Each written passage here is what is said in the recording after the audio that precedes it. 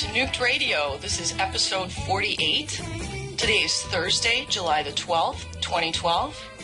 I am your host, Christina Consolo, and I gave Jules the day off because I'm going to be reading a story to you guys about nuclear divers, a side of the nuke industry that you've probably never heard of, and you probably will never forget.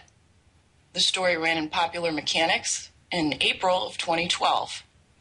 It's called Swimming on the Hot Side by David Goodwillie. I first heard about nuclear diving while I was getting my hair cut in downtown Manhattan.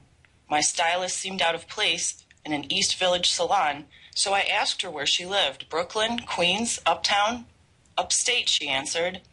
I commute 2 hours each way a few times a week. I asked her why, and she stopped cutting. Well, my husband has kind of a weird job, she said. He'd rather not live around people. I sat up in the chair. What does he do? He's a nuclear diver. A what? A diver who works in radiated water at nuclear power plants. I turned around to look at her. Near the reactors? The reactors, fuel pools, pretty much anywhere he's needed. And he's okay? I mean, is it safe? Well, he says it is. They monitor his dosage levels and all that. Sometimes they're too high and he's not allowed to dive. That's why we live out in the middle of nowhere. Obviously, I'd rather that he didn't do it. Who wants a glowing husband? She laughed a bit sadly. I told her I was a writer and asked if I could meet him. She said probably not. Most divers don't like talking about their work, and their bosses discourage the ones who do. I think it all comes down to the radiation, she said. It spooks people. It spooks me. Not that the rest of the job is a picnic. The non-contaminated diving they do around the huge intake pipes that bring water into the plants is even more dangerous. Sometimes they get sucked in. Her husband had survived the day-to-day hazards of his job, she said, but I wondered about the long-term effects. Has he ever gotten sick? You'd have to ask him, but you said he won't talk to me. She put her scissors down. He gets chest pains. From the radiation? He says probably not, but what else could it be? He's still young. She wrote down her husband's email address, and I tried over the course of the next few weeks to get him to talk to me. He wrote back eventually, but only to say he was busy servicing a reactor in California. Maybe he'd get in touch with me when he had more time. By then I was hooked, though. What kind of person knowingly dives in contaminated water? I spent months sending queries to divers I found online, but none of them would talk either. Then came the Fukushima disaster, which changed the nuclear energy landscape almost overnight. On a hunch, I started contacting plant operators rather than individual divers. An article about the hazards and heroics of nuclear diving might not be a plant manager's idea of great publicity, but it sure beat images of helicopters dumping seawater on crippled Japanese reactors. Someone at the D.C. Cook nuclear power plant in Bridgman, Michigan agreed. More than a year after that East Village haircut, I was invited to see a dive in person. Word seemed to get around.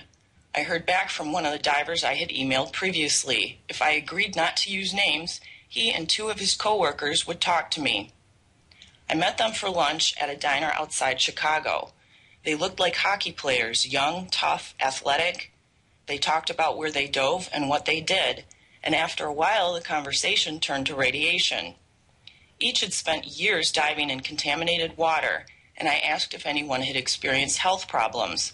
It seemed like a stupid question looking at them.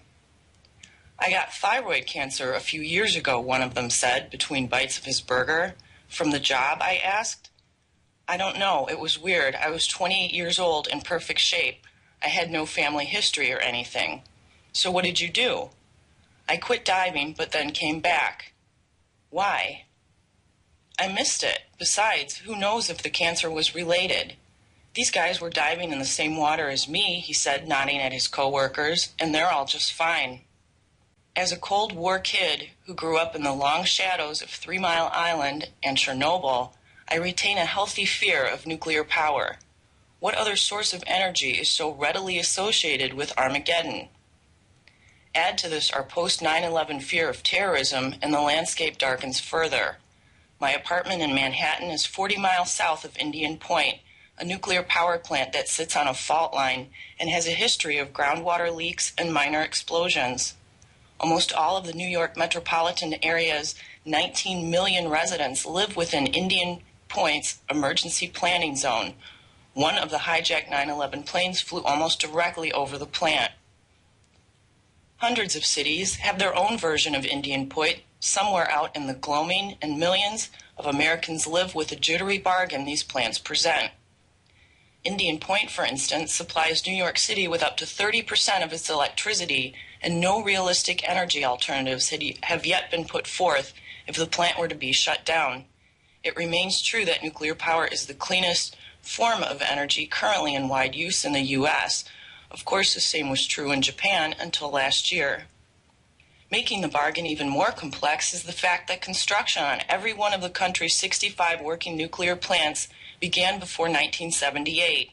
In the years that followed, tough economic times, a burgeoning environmental movement, and the near-catastrophic meltdown at 3 Mile Island in Pennsylvania combined to bring an end to the permitting and financing of new plants. The nuclear energy industry limped along for almost 3 decades, supplying only about 20% of the nation's power. But as fossil fuels fell increasingly out of favor and nuclear energy gained support in Europe and parts of Asia, George Bush and then Barack Obama began speaking of nuclear power as a crucial component to any new national energy policy. At the same time, bipartisan support for nuclear energy was steadily rising among both the public and members of Congress. Even many environmentalists were coming to see nuclear power as a necessary, if unwieldy, weapon in the battle against global warming. In February of 2010, Obama announced guarantees of more than $8 billion in loans for the construction of 2 new reactors in Georgia, the first commitment of its kind in more than 35 years. Then, last March, a tsunami hit Japan's Fukushima Daiichi nuclear power plant, leading to a disastrous series of reactor meltdowns. The consequences were immediate. Germany vowed to phase out nuclear power, and other countries spoke of following suit. In the U.S., the nuclear energy renaissance was left suspended in time. But even as its future remains uncertain, nuclear energy remains an indisputable part of our present. And as our power plants continue aging with no viable replacements, the challenges facing the nuclear industry will only continue to grow. So will the potential for another disaster. The threat of radiation poisoning hangs over everyone who works at or lives near a nuclear plant, but no one more than the divers who literally swim in the stuff. It was still dark out when I drove up to the entrance of D.C. Cook. I'd been hoping for something dramatic, low-lit reactor buildings emitting ominous steam, but all I could see was a sturdy guardhouse, and beyond it a 2-lane road disappearing into the woods. After a few phone calls and a thorough inspection of my rental car, the well-armed security guards allowed me to pass. I drove slowly around a bend, and there they were, the 2 domed reactor buildings, stone gray and featureless. They were smaller than I'd pictured them, but just as unsettling. I parked carefully as I read in a diver's forum that security booted any car that so much as touched a white line, and made my way to the building that housed the diving team. My host, Kyra Richter, was waiting for me at the front door.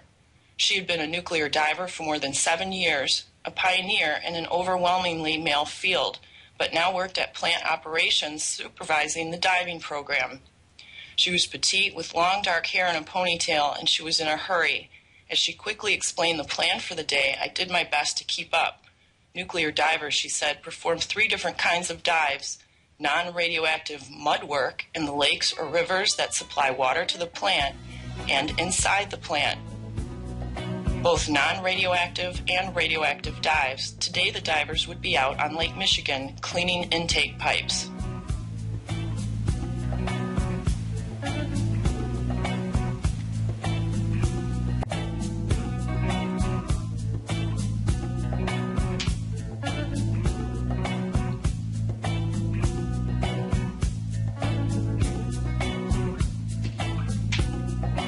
Today the divers would be out on Lake Michigan cleaning intake pipes. In a boat, I asked. Of course in a boat. Is that a problem?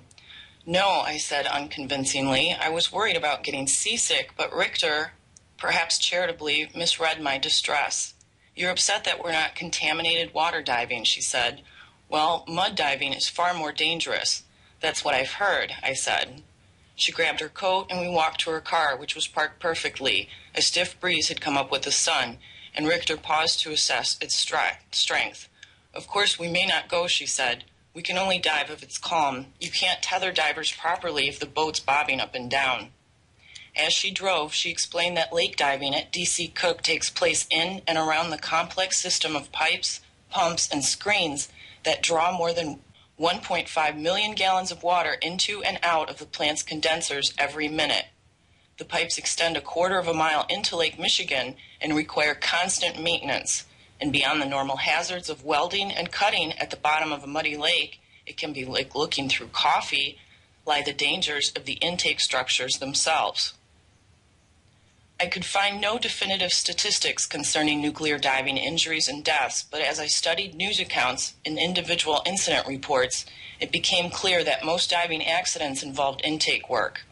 In 2004, at Point Beach Nuclear Plant in Wisconsin, a diver became trapped when one of his lines got sucked into an intake pipe.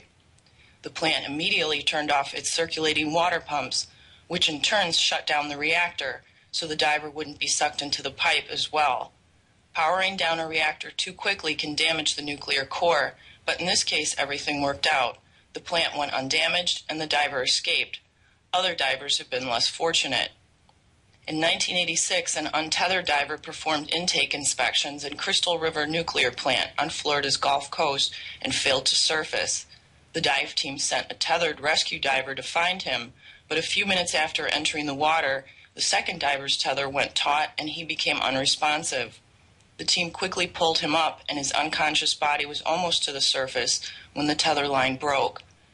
The rescue diver sank again from view. As with the Point Beach incident, the intake systems were immediately shut down, but it was too late. Both divers were dead. While the rescue diver's body was recovered quickly, it took workers almost 2 hours to locate the first diver. His body had been sucked almost all the way into the plant itself. Richter, I knew, had been heavily involved in the effort to improve safety, and she'd had some success. In 2009, after years of advocating for the creation of industry-wide regulations, she was offered her current job at Cook. Now she acts as a liaison between plant operators and the dive teams, and the communication lapses that contribute to many of the previous incidents had all but disappeared. There hasn't been a diving accident at Cook since she became supervisor. When we arrived at the docks in nearby Benton Harbor, several divers were milling around beside the 52-foot dive boat. They were dressed casually, jeans, t-shirts, work boots, and were, on the whole, younger than I had expected. None of them were smiling. It looks like a blow day, Richter said, shaking her head, which means no dice. Keith Cancilla, the brawny, clean-cut dive team supervisor and captain of the boat, was the only one on board. He looked downcast. Richter was right, the dive had been canceled. I peered out at the water. I was surprised. It didn't look that rough, but safety came first. The divers would get paid for 2 hours of work and try again tomorrow. We probably could have gone for a little while, Kinsella said, but we don't chance things like that. We don't chance anything. Keith Cancilla did not begin his diving career thinking that he would work at nuclear power plants. None of the divers I spoke with did. Some were ex-military, others began as oil rig workers, amateur scuba divers, even competitive swimmers. Kinsella grew up in West Virginia, listening to stories about his uncle, a commercial diver who had helped clean up the massive Exxon Valdez spill in Alaska's Prince William Sound. I happened to have a conversation with him in a pretty transitional period of my life, Kinsella told me. I thought it was cool and decided that what I was going to do is go off and try it. In 1990, a year after graduating from high school, he enrolled in a diving academy. Commercial divers perform a wide variety of tasks. Some repair ship hulls and restore piers, inspect bridges, and fortify dams. The more adventurous, and those willing to travel for extended periods, take oil rig jobs, and a select few take on even more challenging work, hazmat diving in chemicals and sewage, saturation diving at extreme depths, search and rescue diving, and of course nuclear diving. Kinsella graduated as a certified underwater welder and was hired by a major dive company. That's when he heard about nuclear work. It sounded darkly glamorous. The claustrophobic steel maze of a power plant was a long way from the expanses of Alaska, but he didn't care. As contract divers, Kinsella and his new colleagues moved from town to town like ball players on a never-ending road trip. A month at a reactor outage in Alabama, a week-long fuel rod job in Wisconsin, a 2-day inspection of a pump bay in Georgia. Kinsella took to the work immediately. The pay was poor, as little as $12 an hour, and as a contractor, he was paid only when there was work. Despite sporadic attempts at organizing, nuclear divers have no national union. Talented divers were looked after, though, and Kinsella stood out. He never turned down a job, no matter how difficult the work or contaminated the water. The divers I spoke with said they make about $20 an hour, which added up to somewhere between $20,000 and $60,000 a year, depending on workload and seniority. On contaminated dives, they get an extra $10 per day. After several years of traveling for work, Kinsella found himself diving almost exclusively at D.C. Cook, and he wasn't the only one. Southwestern Michigan is a hub for nuclear divers. A dozen plants are within a half-day's drive, making the area a convenient home base, but it is Cook itself that attracts many. Because of the plant's large cooling system, it has been able to contract a full-time team of divers, which Kinsella now supervises. On the dive boat's bridge, I asked him what would happen if the weather stayed bad. Would this team get paid? Money definitely becomes an issue, he said. Since we had time, Richter agreed to take me on a tour of the plant. It took well over an hour to get me through all the checkpoints, puffer machines, and metal detectors. Finally, inside, we walked through a maze of hallways towards the turbine building. The walls were covered with safety-themed reminders, all injuries are preventable, and lists of directives that became more forceful the farther we went. Nuclear plants may be the most earnest places in America. People speak clearly and say what they mean. At the same time, they're incredibly friendly. Everyone we passed smiled and said hello. Everyone we passed was also wearing a dosimeter. I was not. I took this to mean we would not be visiting what nuclear workers call the hot side, the area around the reactors and spent fuel pool where potential dosage levels are the highest. No one, I realized, had mentioned radiation at all. The few times I brought it up to Richter or Kinsella, I'd been waved off, as if it was besides the point. Richter was more forthcoming on the subject of diving. She took her first lesson in '93 while she was living in the Philippines. My instructors were retired North Sea divers, she said, so I was hearing all these stories. I was fascinated. I wanted to do that, but I was just a girl. She moved to Cozumel, Mexico, where she led tourist diving excursions and explored underwater caves, and then went to commercial diving school in Seattle and graduated at the top of her class. Like Kinsella, she was intrigued by plant work. They started showing me photos of welding and nuke jobs, and I thought, nuke, I want to go that way. I knew offshore wasn't the best place for me as a woman, so I started looking for work. Richter quickly became a sought-after coating specialist, applying paint and other protectants to underwater surfaces, and she spent several years diving in nuke plants around the U.S. and in Japan.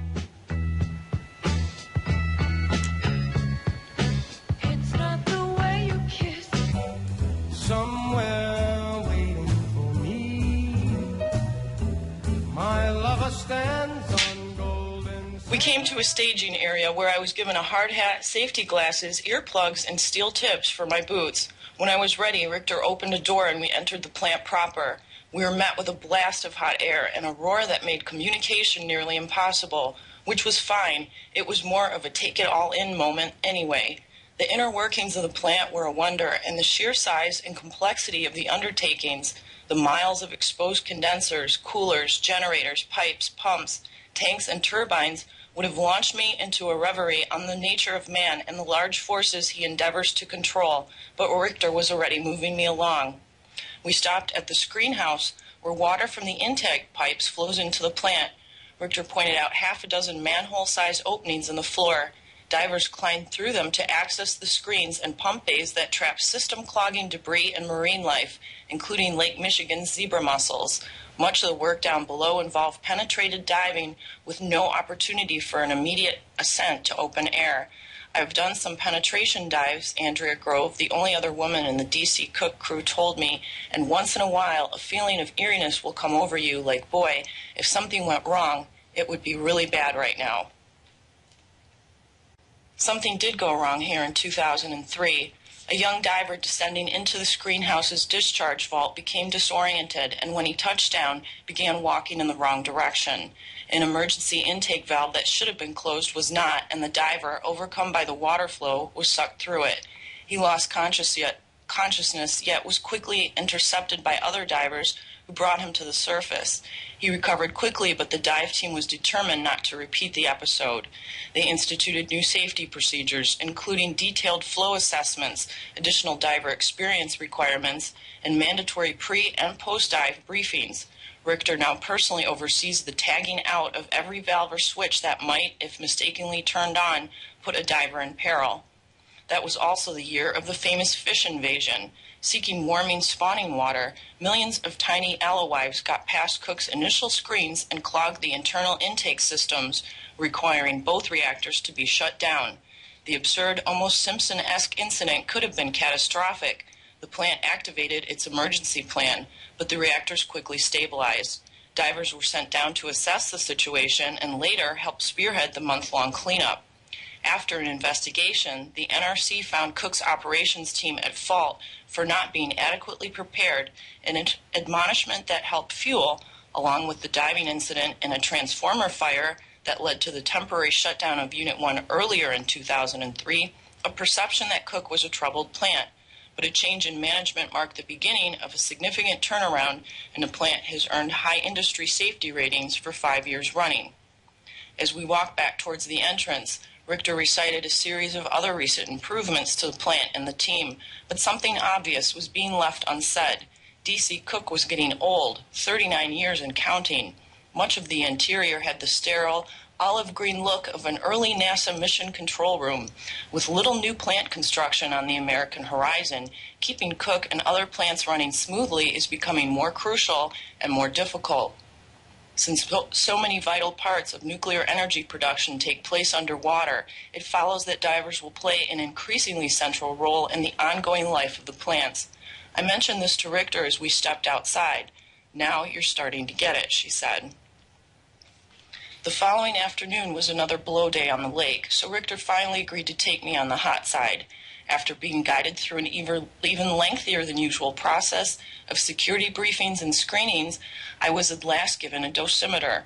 We walked through a thick door and into a radiologically controlled area of the plant. I've been advised not to bring my camera. It could become contaminated, and that idea alone had me checking my dosimeter from the moment we entered. There was no change, but the air felt different, heavier. I mentioned this calmly to Richter. She said it was my imagination. I was still radiation-free when we reached the giant auxiliary building that housed the spent fuel pool. I walked up as close as I dared and gazed down at the storage racks far below. They emitted an unsettling blue glow. A dozen people went carefully about their tasks. This wasn't a place where mistakes could be made.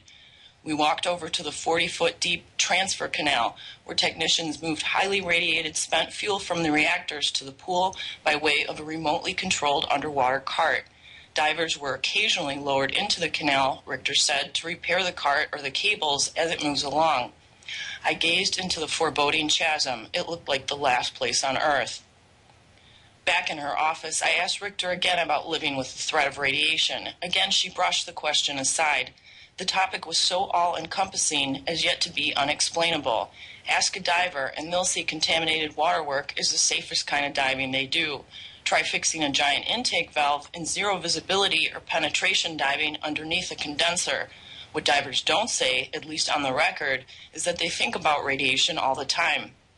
They keep track of their dose levels the way most people watch their weight. And just as people are hard-pressed to say no to food, divers find it difficult to turn down a job no matter how dangerous.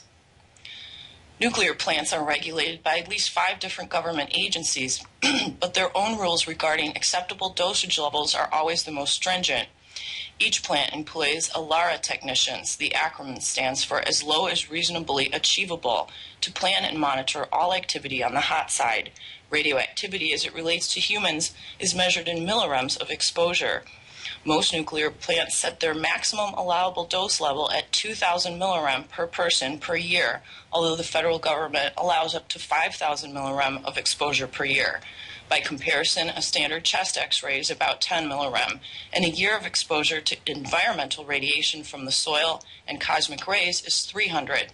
But those numbers can be tricky. Occasionally, if a diver approaches the plant's maximum dose level before finishing a dive, he or she can be granted an extension, allowing the level to be raised.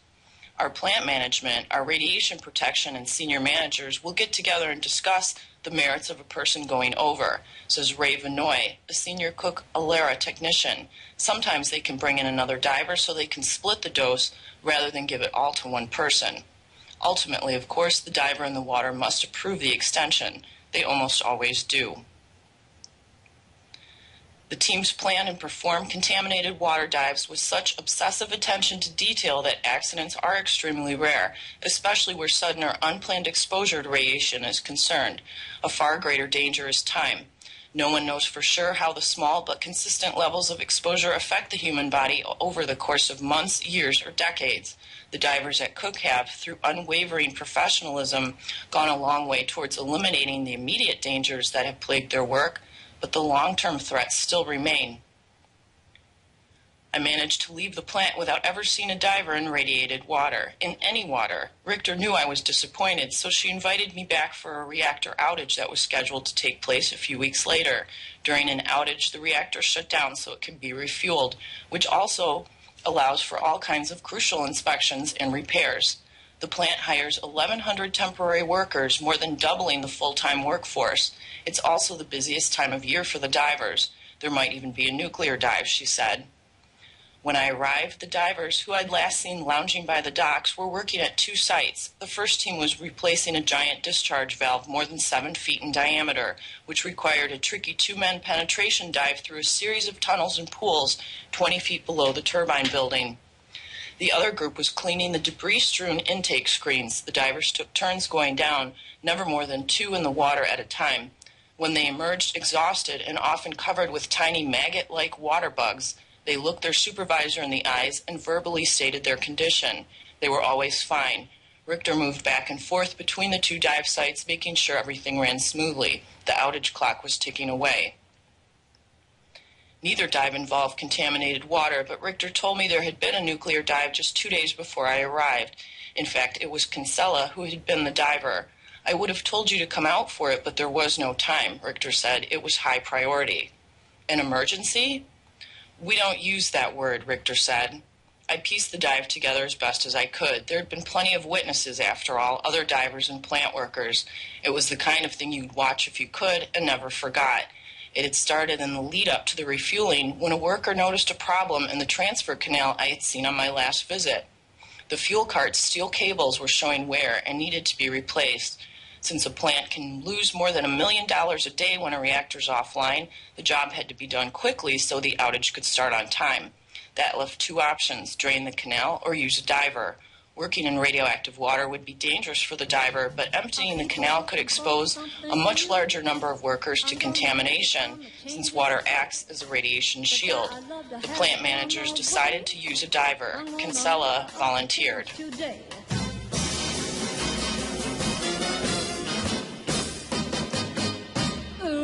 There'll be a change in the weather and a change in the sea. From now on there'll be a change in me. My walker will be...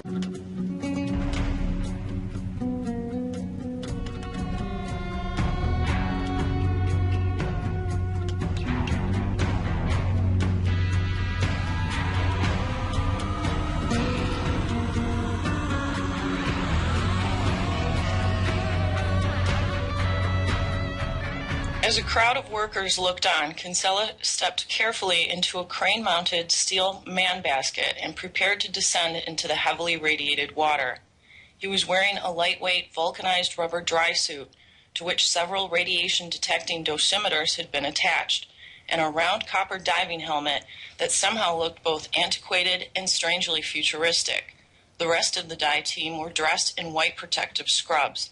Some attended to Kinsella, while others, including Richter, took their station at the temporary control center near the canal opening. Kinsella stood stock still as the man basket began moving. He was holding a radiation probe. Once underwater, he would wave it in front of him, as if groping for a light switch in the dark. A few feet away, a designated tether man let the lines out that would keep Kinsella connected to the world: a communications line, a dosimeter line, an air line, and a pneumo line that indicates depth, and a strength member to keep all the other more fragile lines from snapping. All of these lines were taped together in a single umbilical cord. Kinsella stepped into the placid water, and an unspooling line quickly became the crowd's only visible evidence of the diver's progress beneath them. When he was chest deep in the water below, Kinsella stepped out of the cage and carefully descended the remaining distance to the bottom of the chasm, waving the probe in the direction of his movement. Back up top, a technician tracked data from the probe and from other dosimeters. Radioactive particles travel in detectable clusters, and divers are often warned by radio to shift an arm or a leg to avoid a sudden dose. On this day, Kinsella reached the bottom without incident. He set to work replacing the cables by unbolting and then sending them topside to the block they were attached to. The water was 91 degrees. He was wearing only protective scrubs beneath his dry suit, but it didn't matter. He was soon drenched in sweat. When he finished, though, the cart had fresh cables. The outage and the all-important fuel transfer could begin. Kinsella had received 16 millirems of dosage. It wasn't a lot, but there would be other dives. David Goodwillie is the author most recently of the novel American Subversive. On any news, Japanese doctors, Fukushima warning, I am worried because I received calls complaining of health problems much earlier than expected. This was published today. Shintaro Haida said he has received calls from residents around the Fukushima plant complaining of unexplained fatigue and diarrhea, as well as hair loss, symptoms he suspects were caused by internal exposure to radiation. It remains unknown if the health problems are linked to the release of massive amounts of radioactive materials from TEPCO's damaged plant, but Haida is concerned. I am worried because I received such calls much earlier than I expected, he said. He spent much of his life researching the unexplained fatigue called Bura disease he believes is caused by radiation exposure. Haida said some people could begin showing symptoms in 1 to 3 years after the Fukushima meltdowns.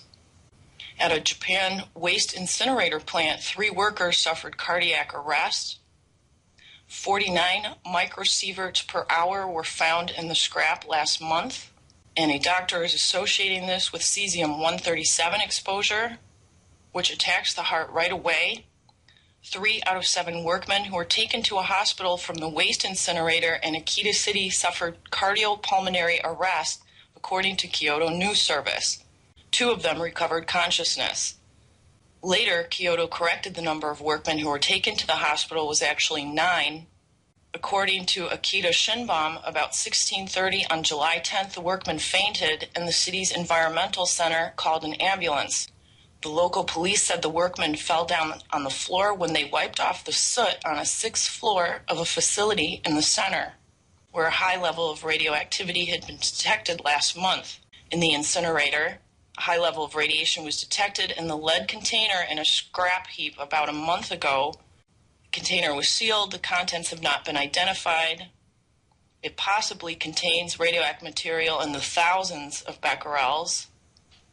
According to Dr. Haida's tweet recently published, Russian lucubration says the cesium-137 is not slow-acting but immediately damages the heart muscle. I came to consider this can be associated with the cause of death of the workman who died of cardiac infarction. He was one of the first workmen who died at the accident site and died after 2 days. We really need to hear from more of the workers at these nuke plants. If you work at a nuke plant and you have a question or a comment or an observation or a story to tell, please email me at christinax4@yahoo.com, or you can email me from Fukushima Facts website. When you consider that each reactor generates $1 million a day, they can't function without human workers. We radiate people just for simple maintenance and management of these plants, and then pay them $12 to $20 an hour, give them a $10 bonus per day if they work in a contaminated area. The secretary of Prime Minister Khan said they were told Fukushima reactors could blow up within 300 kilometers. Mitsuyo Matsuda, Prime Minister Khan's secretary, one of the lawmakers, grabbed my arm and took me to his office at Congressional Office Building.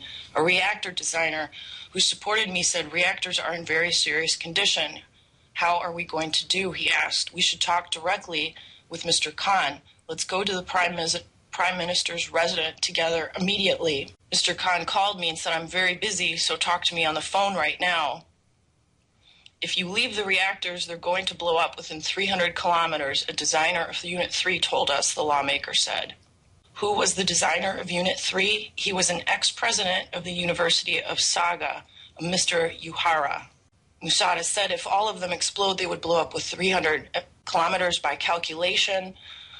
Why did the NISA not inform on such an important issue? They whispered later, and nobody asked, so they didn't tell. It's unthinkable for us. Kind of like the nuke workers won't talk about the radiation. It's such a concern that it's almost unspeakable. And when I talked to a physicist who worked at the decommissioning of the Fermi 1 plant that had a meltdown in 1966, he told me people in the industry aren't talking about Fukushima either because it's so bad. I don't know if you guys saw this, but there were new photos of Unit 3 yesterday with a nice white haze coming from the spent fuel pool. At first I thought it was an old picture that they had mixed in with the new picture. Arnie Gunderson commented on it today. Follow-up to TEPCO releases labeled image indicating location of number 3 spent fuel pool, which noted what appeared to be a whitish haze in the location above it. According to Fairwind's nuclear expert Arnie Gunderson, yes, the white haze is water evaporating off the spent fuel pool. There is 1/3 of the core offload of hot nuclear fuel in the Unit 3 spent fuel pool, so there is a lot of decay heat. That's why Unit 3 is almost as dangerous as Unit 4. I'll drop this picture into chat for you guys. These images came from a camera that was lowered in by a crane yesterday. Study finds 12 millisieverts average thyroid dose of internal radiation in Fukushima children. Government had assured those levels of such doses were 0, won't notify parents of results. Japan nuclear expert, extensive areas in Kanto should evacuate if they want to be protected from radiation. The government has abandoned the people there. What about Tokyo?